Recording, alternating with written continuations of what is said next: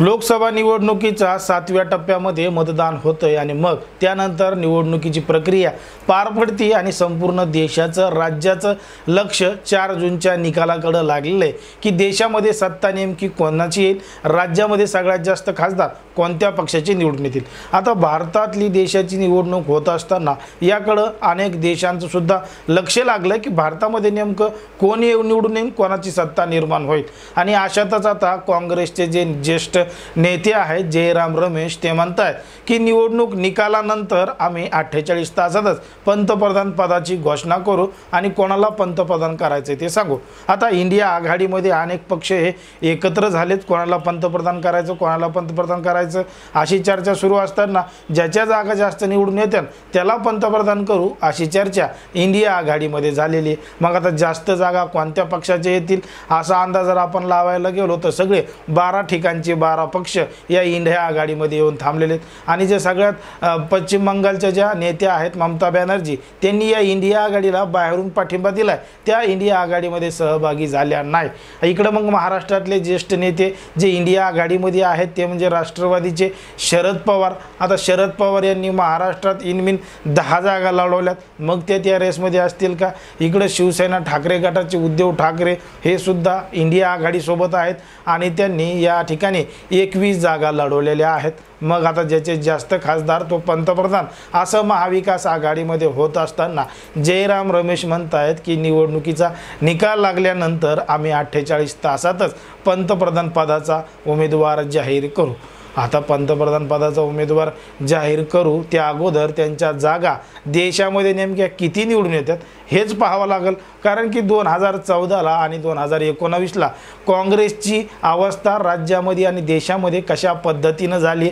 महाराष्ट्रामध्ये काँग्रेसला फक्त एकच खासदार निवडून आणता आला 2019ला आणि ते आता पंतप्रधान होण्याचे स्वप्न पाहत आहेत। आता निकाल जवळ आलाय, अनेक जण इंडिया आघाडीला जास्त जागा दाखवत आहेत की इंडिया आघाडीचं असं होईल, इंडिया आघाडीचं तसं होईल, भाजप 400 पार जाणार नाही, 400च्या जवळपास सुद्धा जाणार नाही, इंडिया आघाडीचं सरकार येऊ शकतं असे तर्क वितर्क विश्लेषण हे मोठ्या प्रमाणात सुरू झालेले आहेत।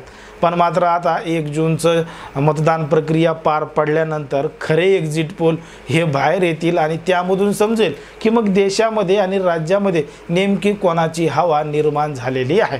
जर आपण पाहायला गेलं तर पुन्हा एकदा सत्तेमध्ये नरेंद्र मोदीच येतील, कारण की जरी इंडिया आघाडीची ताकद राज्यामध्ये देशामध्ये वाढलेली असली तरी सुद्धा नरेंद्र मोदी यांना अजून जनता पाहिजे त्या प्रमाणात वैतागलेली नाही। तसं महागाई वाढलेली आहे, बेरोजगारी वाढलेली आहे, शिक्षकांचे शेतकऱ्यांचे असे मोठे प्रश्न समोर असताना सुद्धा एकीकडे विकास सुद्धा त्याच पद्धतीनं झालाय, अनेकांना त्याचा फायदा होतोय। म्हणून जे नागरिक आहेत, जनता आहे ते अजून नरेंद्र मोदी यांच्या पाठीमागच असल्याचं सध्या तरी दिसतंय। कारण की सत्ता परिवर्तन जर व्हायची असेल, सत्तेत परिवर्तन जर होणार असेल तर मग मात्र जन आंदोलन उभारावं लागतं आणि ते जन आंदोलन कुठल्याही विरोधी पक्षाचं किंवा एखाद्या नेत्याचं नसून ते जनतेचं असलं पाहिजे। म्हणजे जसं 2012-13ला अण्णा हजारे यांनी जंतर मंतरवर एक मोठं जन आंदोलन उभा केलं होतं, त्यांच्या पाठीमागं संपूर्ण देश उभा राहिला होता आणि मग काँग्रेसचा सुपडा साफ झाला होता, पंतप्रधान नरेंद्र मोदी झाले होते। तसं जन आंदोलन या मागच्या 10 वर्षामध्ये अजून तरी देशामध्ये किंवा राज्यामध्ये तयार झालेलं नाही जनहितासाठी। म्हणजे महागाई, बेरोजगारी, उद्योग या सगळ्या गोष्टींवर तसं जन आंदोलन उभा राहिलेलं नाही। म्हणून कुठंतरी या संपूर्ण गोष्टीचा परिणाम नरेंद्र मोदी यांच्यावर किंवा भाजपवर पाहिजे त्या पद्धतीनं होणार नाही। जरी त्यांचं मिशन 45 राज्यामध्ये असलं तरी सुद्धा 45 नाही जरी झालं तरी सुद्धा 40-39च्या जवळपास भाजप आणि महायुती नक्कीच जाईल। आता देशामध्ये सुद्धा अबकी बार 400 पारचा नारा भाजपकडून नरेंद्र मोदीकडून देण्यात येतोय, पण मात्र 400 पार नाही झालं तरी 350 का होईना भाजपला जागा नक्कीच मिळतील आणि ते पुन्हा एकदा बहुमतानं देशामध्ये सत्ता स्थापन करतील असाच अंदाज सध्या तरी वाटतोय। पण मात्र इकडं अजून मतदान प्रक्रिया चालूच आहे आणि काँग्रेसचे जयराम रमेश म्हणत आहेत की 48 तासातच आम्ही पंतप्रधान पदाचा उमेदवार जाहीर करू। आता त्यांनी उमेदवार जाहीर केलं तर तो महाराष्ट्रामधला जर असला तर नक्कीच त्याचा आनंद महाराष्ट्रवासियांना मोठ्या प्रमाणात वाटेल। मग सत्ता कोणाची का असे ना, महाराष्ट्राचा पंतप्रधान झाला तर मग महाराष्ट्रातले जे पक्ष आहेत ते सुद्धा त्याच्या पाठीमागे उभा राहतील, असंच आपल्याला सध्या तरी या ठिकाणी वाटतंय। एकंदरीत या संपूर्ण प्रकरणावर ज्या पद्धतीने जयराम रमेश म्हणले त्याच्यावर तुम्हाला काय वाटतं हे अगदी स्पष्टपणे कमेंटमध्ये सांगा आणि अशाच पद्धतीचे नवनवीन व्हिडिओ पाहण्यासाठी आपल्या चॅनलला लगेच सबस्क्राईब करून घ्या।